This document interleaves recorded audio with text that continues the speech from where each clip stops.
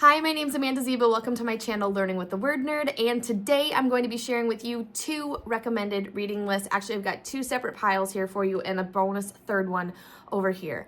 As I record this video, it is January in Wisconsin, and even though the sun is shining, it is -2 degrees, 2 below zero. That is not even with the wind chill. That is just straight up the temperature, and I am freezing. And a lot of times when I think about the way that I'm feeling in real life, it often reminds me of a book I read. And I just finished reading The Barren Grounds by David Robertson, and these characters also spend a lot of time being cold. And so that got me thinking, like, what other books that I have read where the characters were cold, like, a lot of the time.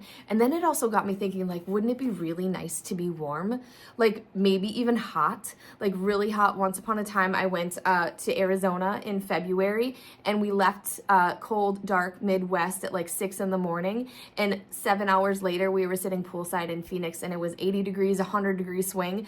And I was like, gosh, wouldn't it be great to just be that warm? And I can't go to Arizona right now. And so I was like, well, maybe I could read a book that's really, really hot, and it will be the next best thing. So my other pile of books is stories in which the characters are very hot, probably mostly uncomfortably hot the whole time. So that's what today's book lists are for you. Books that are really, really cold and books that are really, really hot. And we're just gonna go back and forth. So the first one, as I mentioned, These Barren Grounds by David Robertson kick off our cold list. If you liked the book Narnia, where the characters are in this magical land that is winter all the time, this is a modern day version of this. Two Indigenous foster care kids climb through a portal in their attic bedroom of their foster home and discover this world where there are talking animals, walking on 2 feet animals, and they have been plunged into an eternal winter and they need help getting out of it. Freezing and a wonderful adventure. Highly recommend. All right, let's go to a hot book, okay?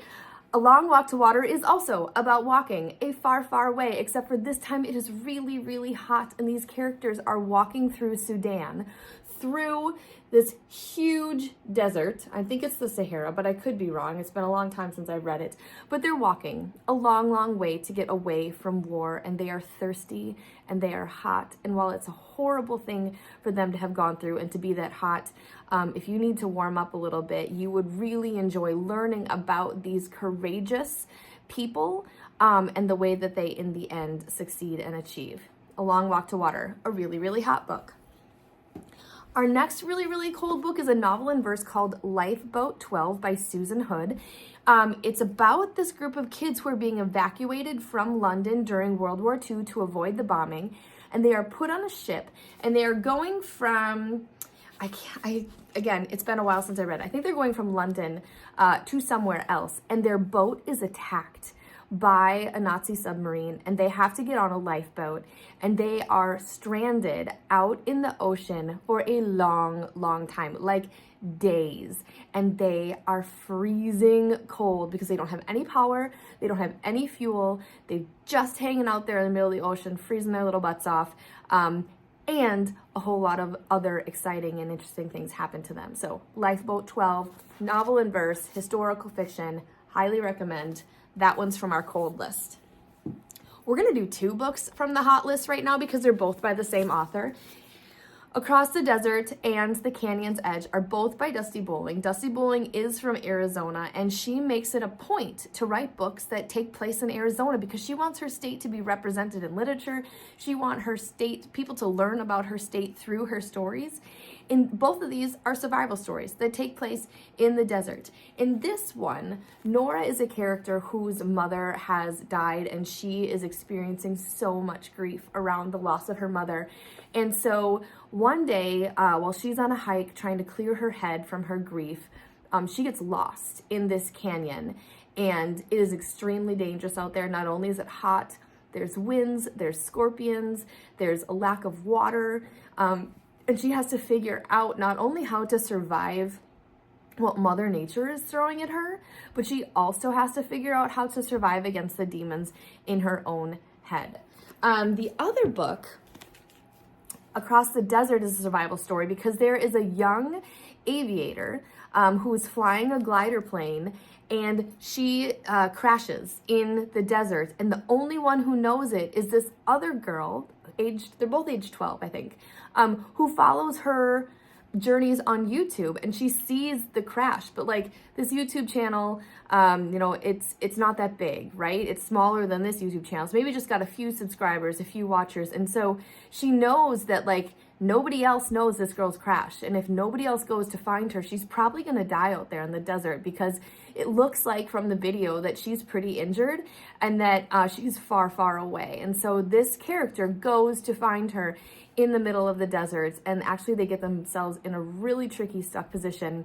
And now maybe they're all in danger of not surviving. But these characters spend a lot of time being very, very hot. Back to the cold side. Called Klondike is a nonfiction book about the gold rush that happened on the West Coast and up into Canada. This is a nonfiction story, and so it's got all sorts of maps and primary documents, letters, telegrams, telling all about this massive rush to the area where the gold was, because everybody had gold fever and they wanted to strike it rich. It's very short, as you can see, because it also has lots of pictures and stuff in it. But if you like to learn about real life survival stories, like real life strike it rich, rags to riches stories, you are going to love this one.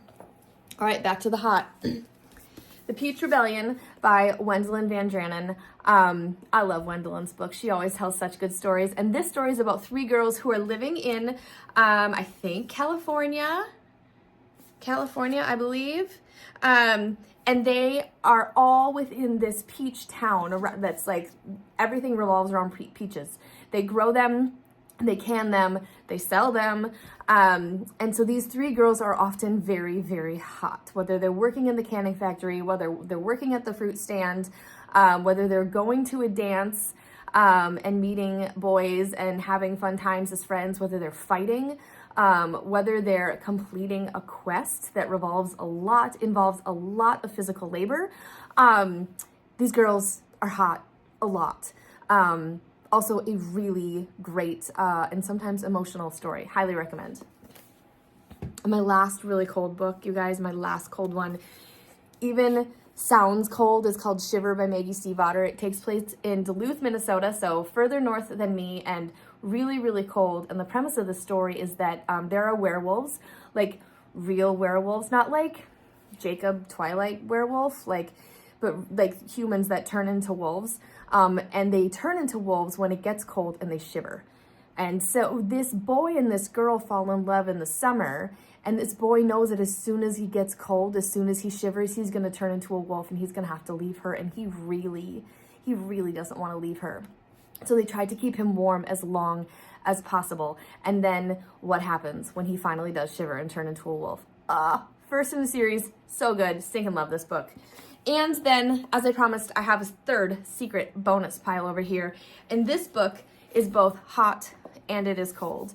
It is Global by Owen Colfer and Andrew Donkin. And it is all about the way that climate change affects our world, and it affects different places differently. One of the stories happens in a place that it is very, very cold, or it should be very, very cold, and now it's not quite as cold as it used to be. And what's happening to the people and the animals and the landscape there. And then it also happens in this place that's very, very hot and constantly flooding, and the oceans are causing havoc. And how does climate change affect those characters? It is a survival story. It is a great story for providing scientific context around and human context around the topic of global warming. If I were a teacher teaching a book, like I needed a book to connect to science or social studies standards, like Global, this is the book I would choose.